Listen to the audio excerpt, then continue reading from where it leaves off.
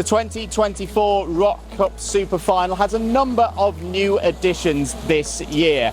Along with the Mini ROK under 10 category, a brand new engine is in town, the brand new ROK SVR.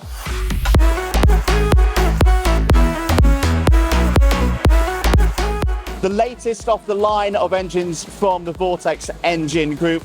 This engine, a single-cylinder 125cc unit, has a new focus on reliability and high performance.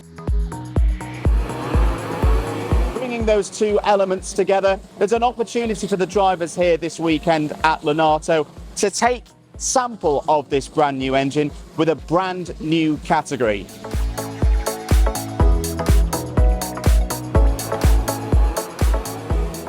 The ROK SVR class this weekend brings an invitational list of drivers together to race here at 𝗥𝗡𝗨𝗥 with a sealed engine, power units drawn from lots to sample what this new engine, which has already seen races in France and has been praised for its endurance.